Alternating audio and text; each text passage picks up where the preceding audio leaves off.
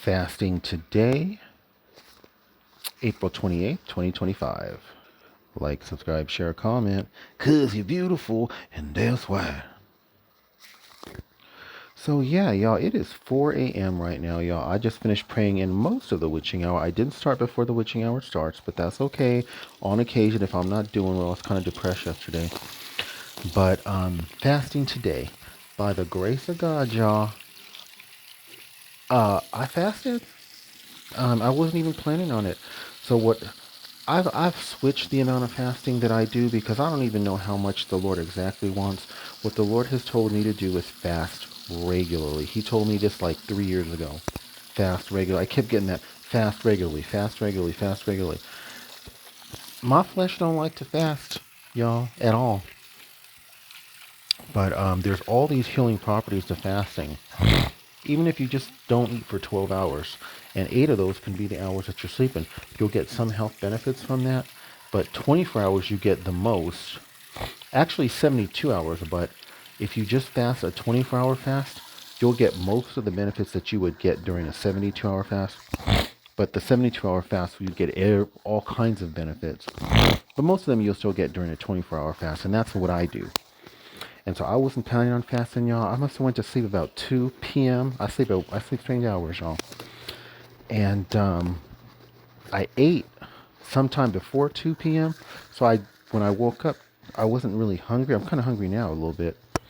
But I realized, wow, if I go ahead and say my prayers, it'll be well over 12 hours. I can count this as my 12-hour fast.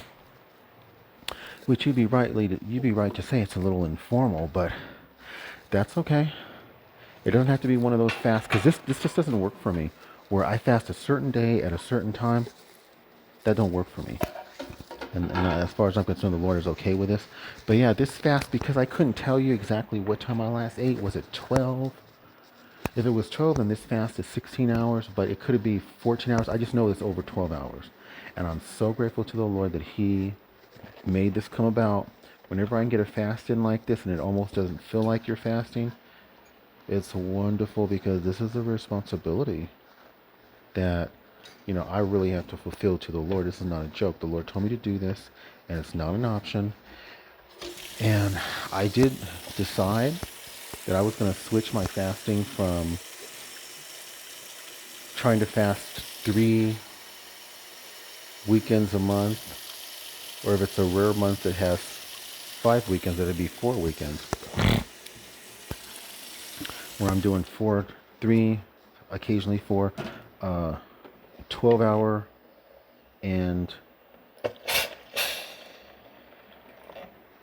3, occasionally 4, 24-hour fast every month, because it's just too much. I've just decided I'm just going to do a week on and a week off. And so last week I didn't fast at all. The week before that, the Lord brought me back to fast, and I did a 12 and a 24. Both would have, the 24 would have been pretty much just 24, and I think the 12 went a little over. Like today, this 12-hour fast has gone over 12-hour fast. But I really couldn't, because I wasn't planning on fasting. I didn't pay attention to what time I ate. But like I said, I suspect it was around 12. So I'm thinking this fast is probably 16 hours. And I'm so grateful. I don't have to worry about doing another fast until the end of the week. And that'll be my 24. And so the Lord's making me and empowering me to fulfill what He has told me to do. And I know that if you look at this, for example, see if this was catching it. This is when I wasn't fasting. I ended up scratching the little wound there, scratching it. They hit me. You can see them. They hit me with these DEWs and they itch, and I try not to scratch them because it makes you look like a fool. And if I don't scratch them, you can barely even. There's one there you can barely even see. Let's see.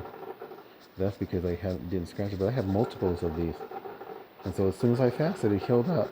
So your flesh will help. Because it was a little bit open and a little raw. Apparently, fasting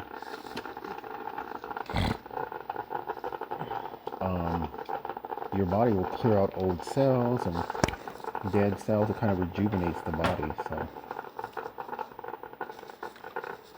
I want to ask you beautiful folks to pause here. As always, or almost always, I have some scripture for y'all. And in No particular order. Those scriptures are Malachi chapter 3, Matthew 25, Isaiah chapter 58, Ezekiel 16, 48, 49, Psalms 41, 1 through 3. It's about tithes and offerings and helping the poor. Who are the poor? The poor are folks who are homeless, homeless veterans, homeless TIs, folks in the third world who might die of starvation without outside assistance. That's who the homeless is, or who the poor are. And the scriptures that I just gave you tell you that if you do not help the poor, that you're cursed. That's God in Malachi chapter 3. That's Jesus in chapter 25. They curse you, not me. Not me. I know a lot of you guys, you get so angry at me when you hear me say this, but God told me to tell you the truth. I'm telling you the truth. And you're committing one of the abominations that led to the destruction of Sodom and Gomorrah. That's how serious it is to not help the poor. It's an abomination. And UTS, you have money. You have money. Too many of you have so much faith in your money that you want to spend as much money and even go in debt to try to make your life better and more bearable, since you have to deal with all this constant targeting. And so what you're doing is you're turning to money to alleviate your suffering when you need to be turning to God, because there's no comparison. I am on SSI, and I know a lot of you guys, you use this as an excuse because our society has no respect for people on welfare, no respect for people who are homeless. If they had any advice that should be taken seriously, they'd be able to take care of themselves financially. That's the attitude in our society. Jesus said the greatest man ever born was John the Baptist. John the Baptist slept in caves, ate locusts and wild honey, locusts, crickets, and wore a camel skin. So he kind of dressed like a caveman. He was the greatest man ever born. For people to sit there and say, well, if you can't earn a living, you have no advice to offer me, it's classist, which is just as bad as racism. It's classist. And it's wrong. It's evil.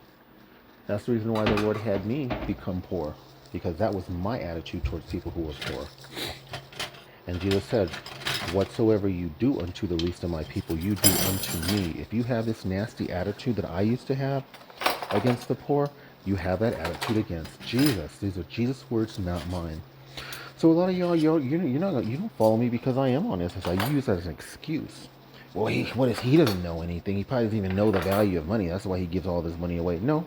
The Lord makes me give away $668 minimum every month. I sponsor 12 children through World Vision. That $668 pays for the 12 sponsorship months, which is $39 a month. I just pay the whole year for one child. And because I've got 12, every month a new child comes up. And then I send $200 to the parents. The parents get to keep $150. $50 goes to their community to buy food for people in their community. Those are my 12 girls I sponsor. Above me, those are the portraits. I intentionally have them distanced because I don't want to be putting people's children. I wouldn't want to put my own children online, so I don't want to put other people's children online.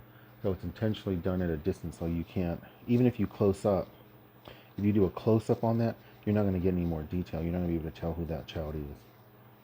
And they get to keep $150. A lot of these countries, the annual wage, the average annual wage is like $500 a month. So that $150, you're paying like over 3 months of income. And that's where the money is. That's why I give to World Vision, because otherwise World Vision with the $39, they gonna get beans and rice. That's it. Which is not right, because I would not want to live off beans and rice. At least this way they buy other stuff. You know, one family I sent money to, they're able to pay the school fees for my sponsored daughter, my sponsored girl, and her brother. The parents were to pay school fees for both of them. So, yeah, it is exceedingly important that you guys pay your tithes and offerings. That's why a lot of y'all, you complain about this program so much. And you act like this program is such a big deal. But in the presence of God, it's not a big deal. With the Lord shielding you from this program, it's not a big deal. This program will not overwhelm you. Sometimes the Lord lets me have fun with this program. He makes me be kind to the agents. I mean, He's completely changed my life. Why? Because He made me obey. Tithe my time to Him, tithe my money to Him without fail. Don't lie about it. Don't do it once. Pretend like you do it all the time.